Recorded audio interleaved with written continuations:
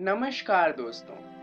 आज जो हम अध्याय करने जा रहे हैं उसका नाम है आम्ल, क्षारक एवं लवण। आज हम इसका दूसरा भाग करेंगे।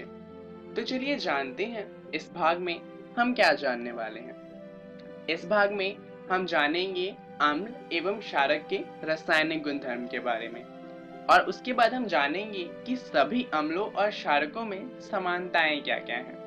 तो चलिए शुरुआत करते हैं रासायनिक गुणधर्मों को जानते हुए। इस गुणधर्मों के बारे में हमने पिछले भाग में भी जाना था। अब हम इसके आगे जानेंगे। इन स्थितियों पर ध्यान दीजिए। HCl के साथ जब कॉपर ऑक्साइड अभिक्रिया करता है तो विलयन का रंग नीला हरित हो जाता है। तो आखिर ऐसा क्यों होता है? इसका कारण है कि जो कॉपर ऑक्साइड है वो HCl के साथ अभिक्रिया करके कॉपर क्लोराइड बना लेता है और क्योंकि कॉपर क्लोराइड नीला हरित होता है इस वजह से जो विलयन है उसका रंग भी नीला हरित हो जाता है। तो इससे क्या पता चलता है?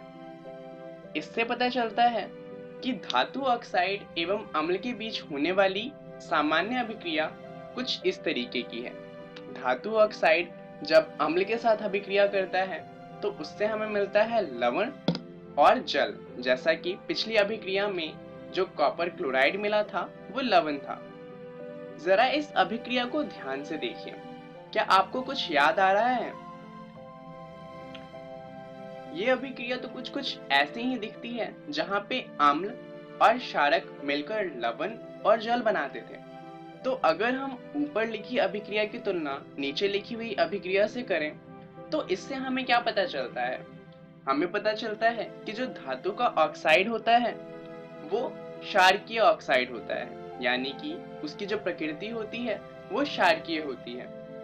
चलिए अब जरा इस अभिक्रिया को याद कीजिए जहां पर चूने का पानी कार्बन डाइऑक्साइड गैस के साथ अभिक्रिया करके CaCO3 यानी कि श्वेत अवक्षेप बनाता था और जल मिलती थी। यहाँ पर ध्यान दीजिए, तो चूने का पानी क्षारक है, ये तो हम जानते ही हैं। श्वेत अवक्षेप एक लवण ही है और साथ में जल मिल रहा है। तो आप फिर से देखेंगे, क्षारक कार्बन डाइऑक्साइड गैस के साथ अभिक्रिया करके लवण और जल प्रदान करता है। तो इससे हमें कार्बन डाइऑक्साइड गैस के बारे में क्या पता चलता है? हमें पता चलता है कि कार्बन डाइऑक्साइड गैस एक अम्ल है, यानी कि अधात्विक ऑक्साइड अम्लीय प्रकृति के होते हैं। चलिए अब जानते हैं कि अधात्विक ऑक्साइड एवं क्षारक के बीच होने वाली सामान्य अभिक्रिया को कैसे लिख सकते हैं।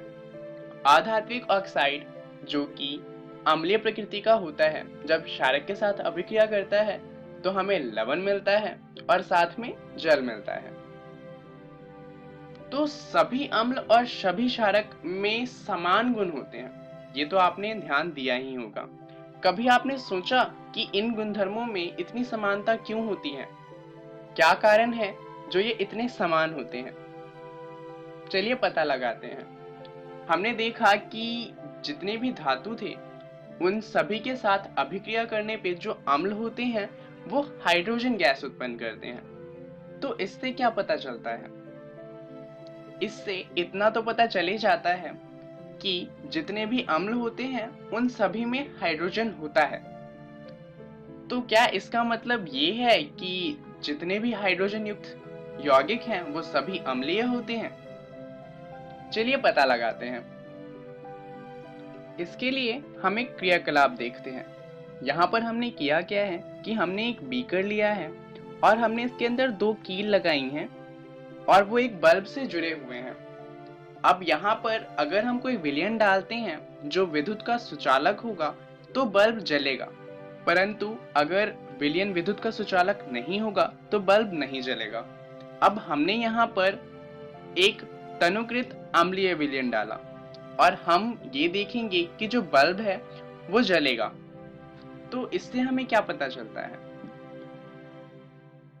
विलयन में विद्युत धारा का प्रवाह आयनों के द्वारा होता है। अब हम ये जानते हैं कि अम्ल में H+ का घनायन होता है, तो इससे हमें ज्ञात होता है कि अम्ल विलयन में हाइड्रोजन आयन उत्पन्न करता है, जिसके कारण वो विद्युत का प्रवाह कर पाता है। तो हाइड्रोजन आयन के कारण अम्ल का गुणधर्म अम्लीय होता है, हमें इतना पता चल जाता है। तो चलिए जानते हैं इस वीडियो में हमने क्या सीखा। सबसे पहले हमने बात करी अम्लों के रासायनिक गुणधर्मों के बारे में, और फिर हमने ये जाना कि सभी अम्ल एवं क्षारकों में समानताएं क्या हैं। इसके बारे में और अच्छे से जानने के लिए आप एनसीईआरटी की किताब का अम्ल, क्षारक एवं लवणों वाला अध्याय पढ़ लीजिएगा। चलिए जानते हैं कि अगली वीडियो में हम क्या जानने वाले हैं। अगली वीडियो में हम बात करेंगे जलीय विलयन में अम्ल या क्षारक का क्या होता है और पीएच क्या होता है। धन्यवाद।